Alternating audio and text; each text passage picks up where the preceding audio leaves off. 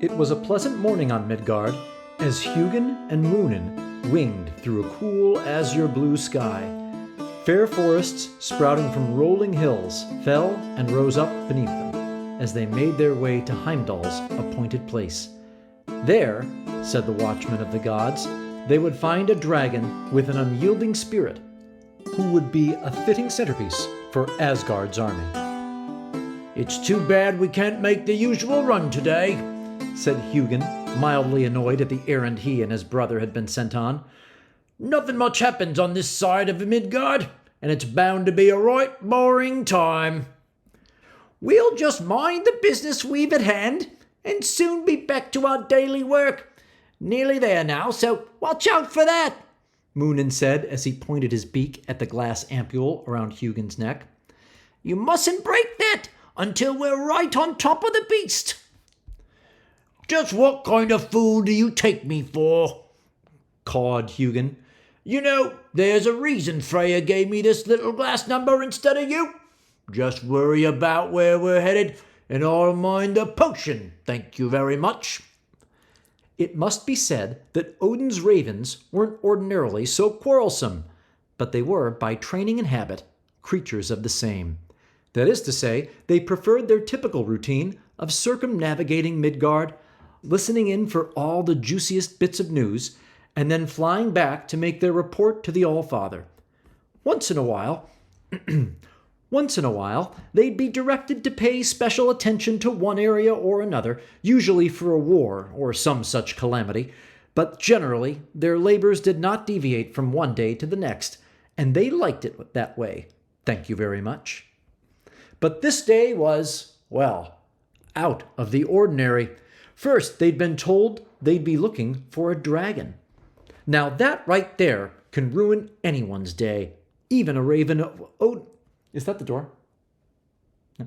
Even a raven of Odin. Aside from the paramount physical danger, dragons are typically insufferable, disagreeable creatures, to put it mildly, with a disposition entirely antithetical to what the inhabitants of this realm would describe as a good time. Then there were the disguises. In many parts of Midgard, the sight of a raven would give pause to the locals, since they would be considered quite exotic. But so keen were the eyes and ears of Hugin and Munin that their flight was typically fleeting enough, such that nary a man, woman, or child would pay them a second thought. Today, though, would see them loiter a fair amount as they searched for the dragon that Heimdall had described. And so, in order not to draw notice, Freya herself wrapped them both in the guise of crows. Crows!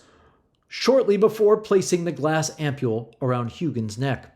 Well, actually, it had been Loki who finally did that after adjusting it for a better fit.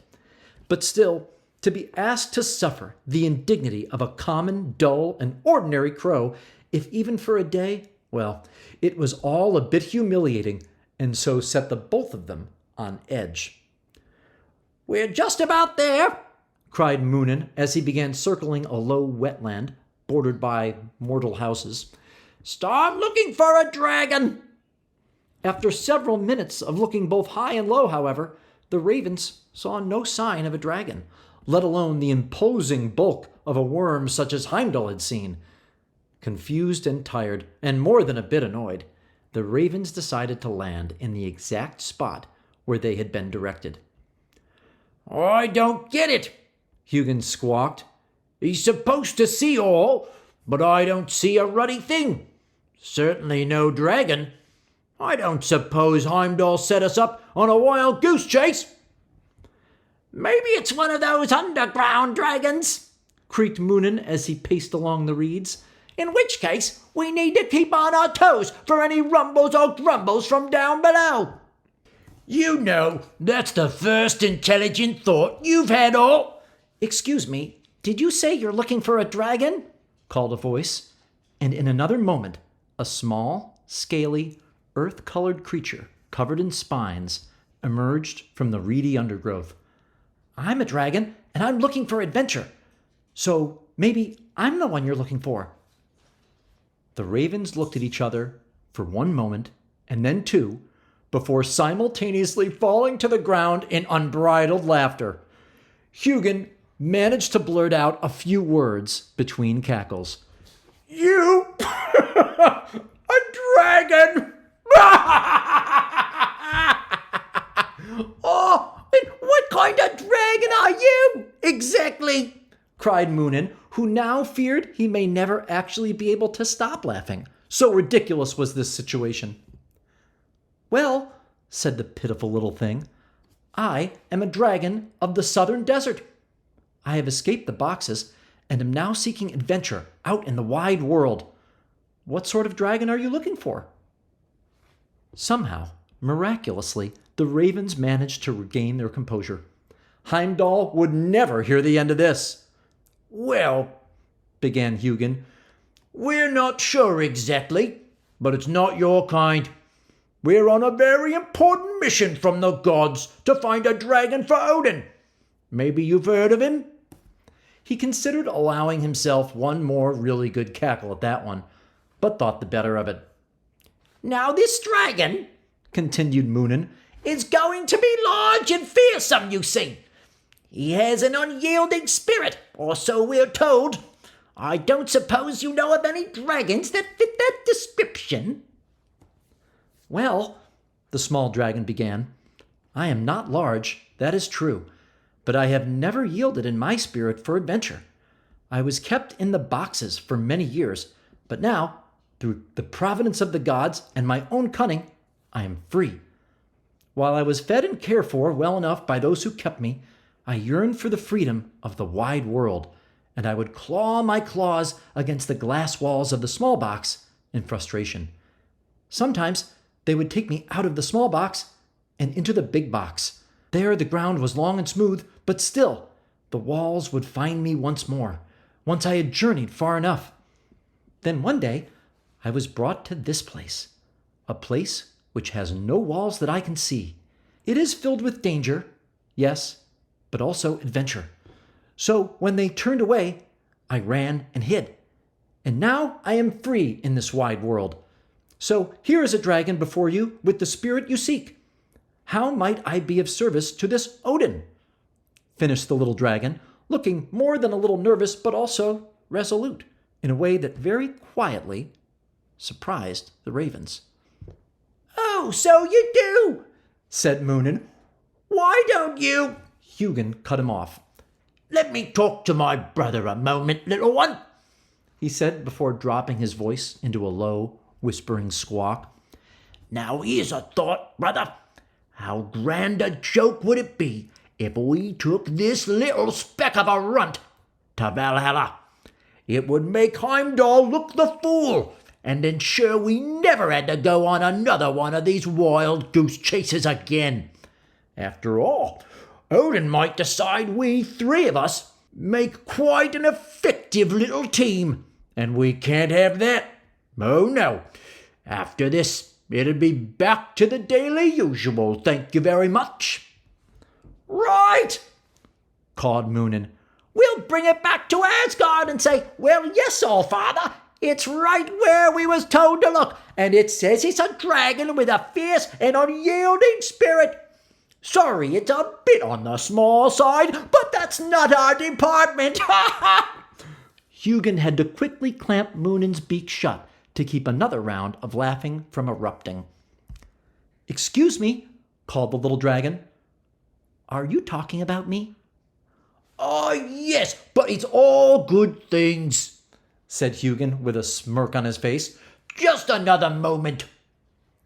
"But what about Thor?" Moonin blurted. "Once we call him down here to slay the beast, he'll see how puny this thing is and set us back up to search for a real dragon. Oh, this could ruin our whole week." It's a good point." Hugin paused and thought. "I've got it. There's no use bothering Thor for such a small one as this. You and me can send him to Valhalla ourselves, brother, if you catch my meaning." By this, he meant to kill the little dragon right there, in a fight to the death. "And there's no sense in wasting a perfectly good shrinking potion on a tiny little fellow as him. So we'll bring that back as well, and be recognized as all the more intelligent. Moonin thought about it.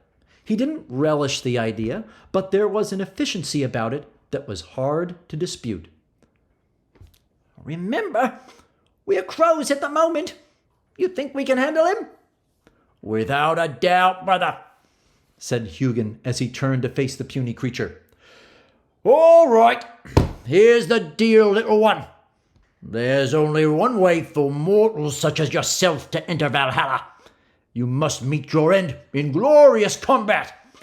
Now, originally, we was going to use this here magic potion to make you ready to battle Thor. However, we think we can save it for another day and dispatch you directly to the big man ourselves. And so, the small dragon readied himself for battle. He had never been in a fight before. There was no one to fight in the boxes anyway. But he raised his tiny claws and bared his little teeth. All right, you fiends, he said in a stronger voice than before. I suspected you were villains, and now I see the truth of it. Hearts as black as your feathers, and not even the courtesy to give me the potion that your master provided. No matter, that won't keep me from stuffing my pillows with your undercoat. Have at thee! The ravens, however, even disguised as crows, were formidable. Old, strong, and armed with sharp beaks, they soon got the best of the dragon. He was no match for even one of them, let alone two. Still, he fought bravely and even managed to carve a great scratch across Moonin's left eye before being pinned down under Hugin's talons. As he prepared to strike the final blow, Hugin called to him. That was quite a good fight, little fella, and quite the shot you got on my brother. See you in Valhalla in a minute, then. Before quickly dispatching the creature. Well, that's all sorted now, eh, brother? Said Hugin. All except my face. I knew we should have used a potion on him. If we'd have used that potion, he'd have been the size of a flea. We'd never have found him. As it stands now, job's done. Thank you very much. Let's get back to Valhalla so we don't miss the show. And off the ravens flew back to Odin's great hall.